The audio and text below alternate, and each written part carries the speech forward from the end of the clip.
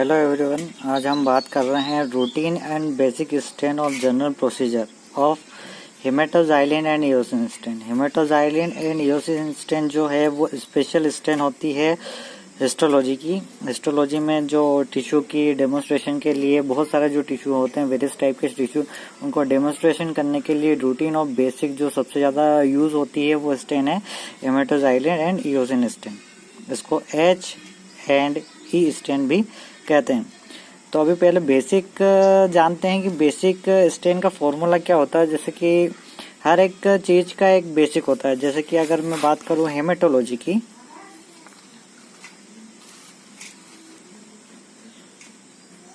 Haematology की जो stains होती हैं वो वर्क करती है एसिडिक एंड बेसिक डाइस पर, है ना। मतलब एसिडिक और बेसिक डाई उसके अंदर होता है। एसिडिक और बेसिक डाई क्या होता है? एसिडिक का मतलब बेसोफिलिक कंपोनेंट जो होते हैं सेल्स के, उसको स्टेन करने का वर्क करता है। और उसी के अपोजिट बेसिक डाई जो होता है वो एसिडोफिलिक कंपोनेंट्स को स्टेन करता है। ठीक है। इसी प्रकार अगर हम बात करें माइक्रोबायोलॉजी की, तो माइक्रोबायोलॉजी भी इसी फंडामेंटल पर वर्क करता है कि उसके अंदर कुछ चीजें होती है जैसे प्राइमरी स्टेन,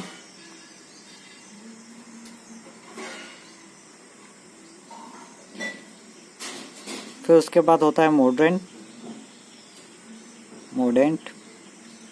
उसके बाद होता है डीकलराइजर, देन होता है काउंटर स्टेन, है ना।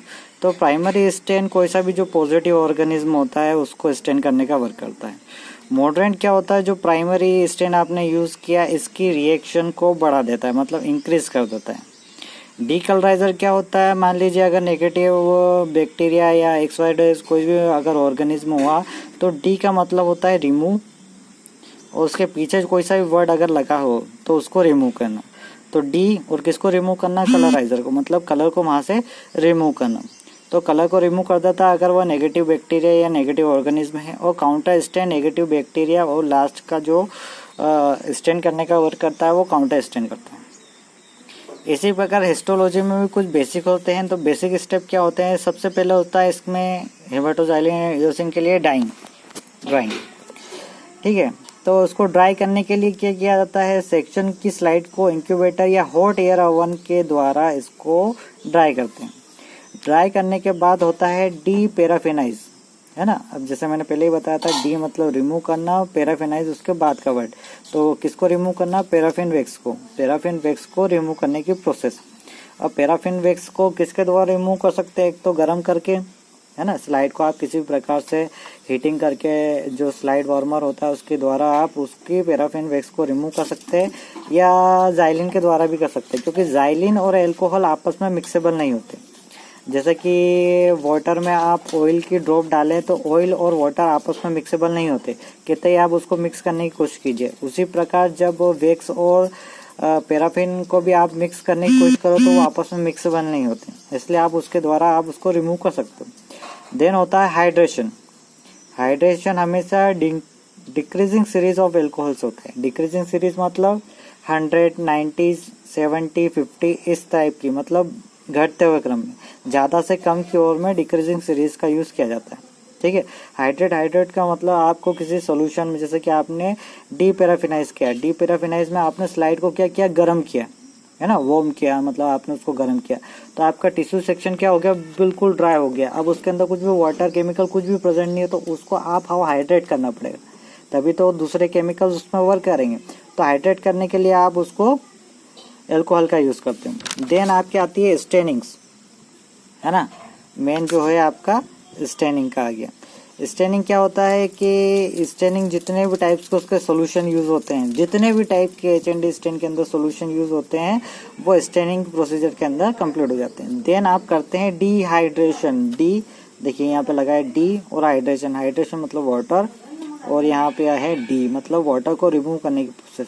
जितने भी आपने केमिकल और एक्सेस वाटर यूज़ किया तो उनको इंक्रीजिंग सीरीज ऑफ एल्कोहल, मतलब किसके द्वारा, बढ़ते हुए क्रम में 50, 70, 80, 90, 100, ठीक है, मतलब नीचे से ऊपर की ओर इंक्रीजिंग सीरीज में आप उसको ट्रीट कर सकते हो।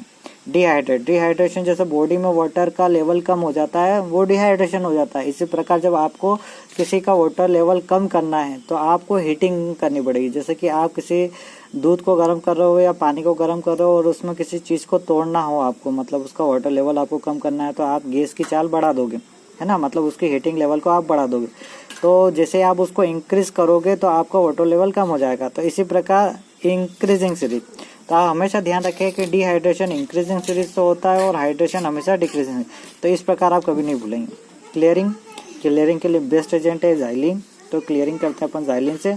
और माउंटिंग सेक्शन को परमानेंटली फिक्स्ड करने के लिए माउंटिंग मीडिया का यूज़ किया जाता है, जिसके द्वारा एक बार आपने उसको फिक्स कर दिया तो जितने भी स्टेनिंग आपने यूज़ करी है वो प्रॉपर वैसी की वैसी रहेगी। जैसे कि आपका फिक्सेटिव जैसे टिश्यू और सेल्स की मॉर्फोलॉजी को प्रिवेंट करके रखता है, स्टेनिंग फैसिलिटी प्रोवाइड करता है, ऑटोलाइसिस और प्यूट्रिफिकेशन से उसको बचाता है। इसी प्रकार माउंटिंग मीडिया क्या करते हैं, माउंटिंग मीडिया भी स्लाइड को परमानेंटली फिक्स कर देते हैं, ठीक है।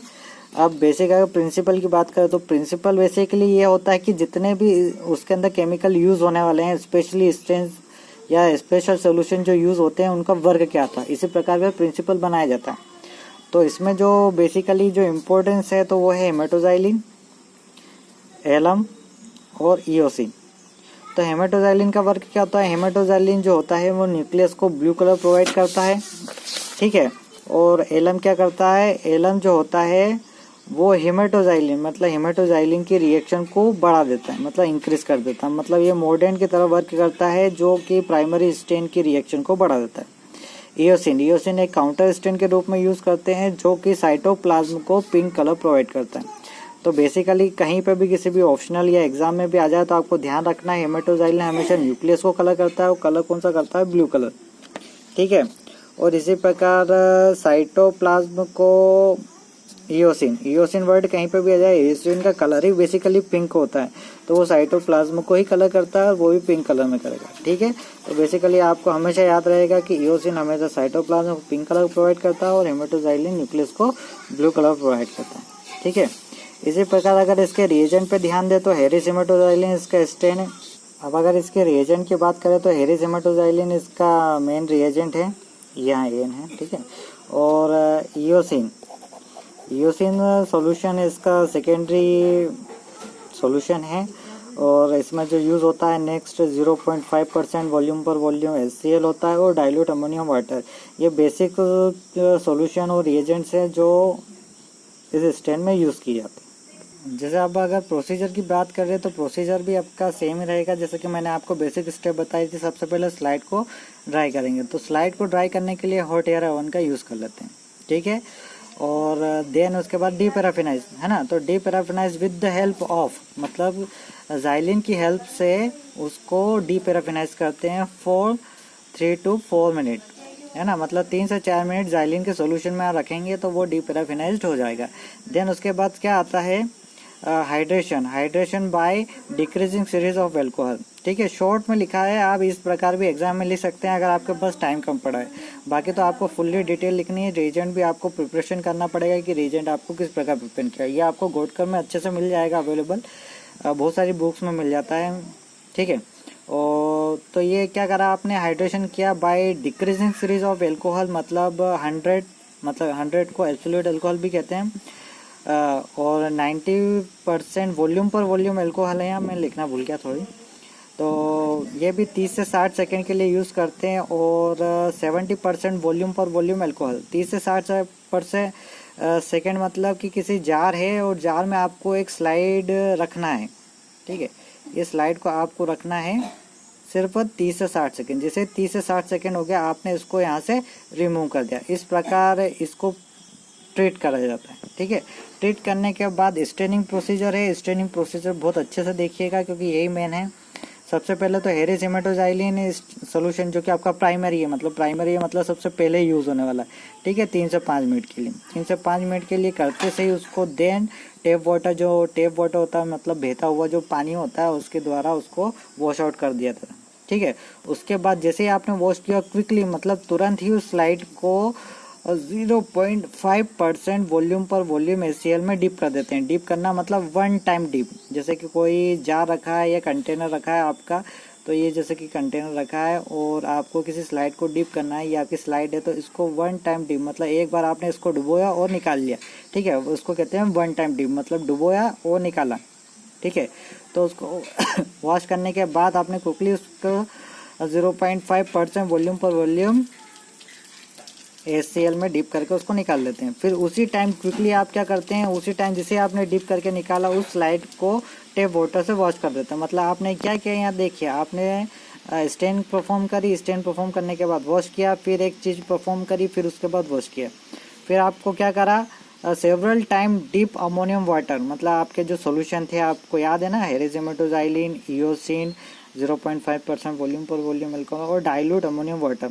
तो सेवरल टाइम मतलब बार बार, है ना, बार बार डीप करते रहते हैं, मतलब बार बार एक ही सॉल्यूशन के अंदर डीप करते जाएंगे जब तक कि until the blue colour develop, मतलब जब तक कि उसमें ब्लू कलर डेवलप ना हो जाए तब तक आपको उसको ये से डालना है, निकालना है, डालना है, निकालना है, डालना है, निकालना है, ठीक है। वो सब तक सेवरल टाइम आप उसको डीप करते रहोगे। डीप करने के बाद क्या करोगे, टेप वाटर से वॉश कर दोगे, ठीक है। अब यहाँ तक आप स्टेप देखिए, हेरिसिमेटोजाइलिन से आपने यूज़ किया, फिर वॉश किया, फिर आपने HCl से यूज़ किया, फिर वॉश किया, फिर आपने अमोनियम से वॉश किया, ट्रीट किया और फिर वॉश किया, मतलब हर एक चीज़ के बाद आपकी वॉशिंग है ना, हेरिस, HCl और अमोनियम वाटर, एक के बाद एक वॉशिंग। आपको याद करने में आसानी रहेगी, इस प्रकार की कुछ हिंट्स रहती है जो आपको याद करना पड़े।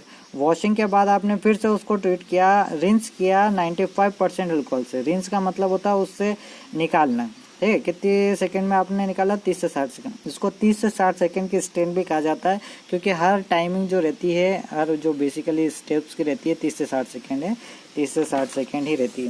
बस इसमें जो एक ही जगह है जहाँ पे आपको 10 से 60 सेकंड रहेगा, और इसी का ध्यान रखना है, इसको 30 से 60 सेकंड कभी गलती से ना करिए।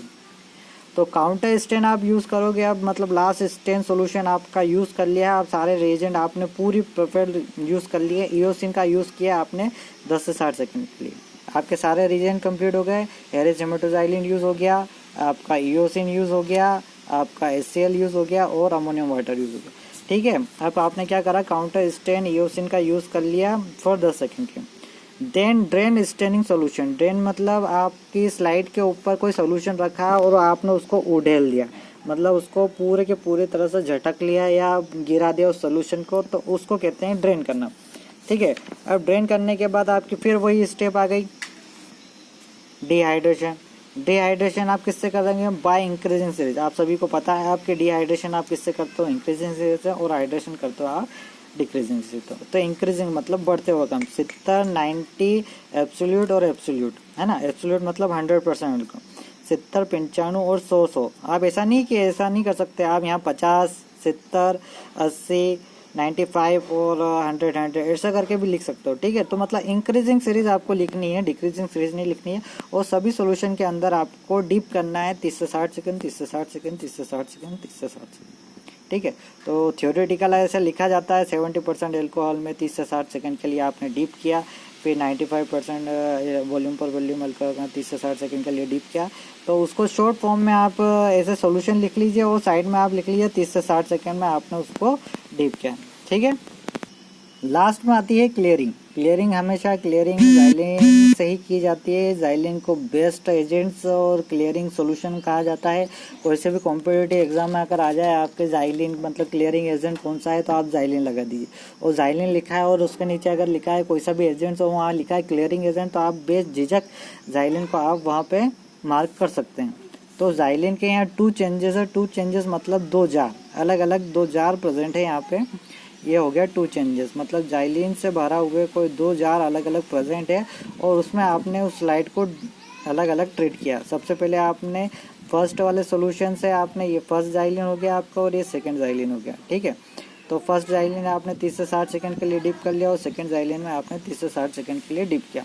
देन आप करोगे माउंटिंग बाय माउंटिंग मीडिया में डीपीएक्स का सबसे ज़्यादा यूज़ किया जाता है, डीपीएक्स एंड कैनेडा बाल्सम। ये दो ऐसे एजेंट्स हैं जो माउंटिंग मीडिया के रूप में यूज़ किया जाता है, जिससे आपकी स्लाइड परमानेंटली फिक्स हो जाती है। जैसे कि आपकी एक स्लाइड है ना, ये आपकी स्लाइड है और स्लाइड के बाद में जैसे आपने ये स्टेनिंग आपने जो भी है स्टेनिंग आपने कर रखी, तो आप यहाँ 1 ड्रॉप यहाँ पे आप 1 ड्रॉप डीपीएक्स या आपके कैनेडा बाल्सम के डालेंगे। और जो कवर स्लिप होती है, कलर स्लिप को ऐसे तिरछा करते हैं और यहाँ पे टच करते हैं और उसके बाद उसको धीरे धीरे इसको रख देते हैं।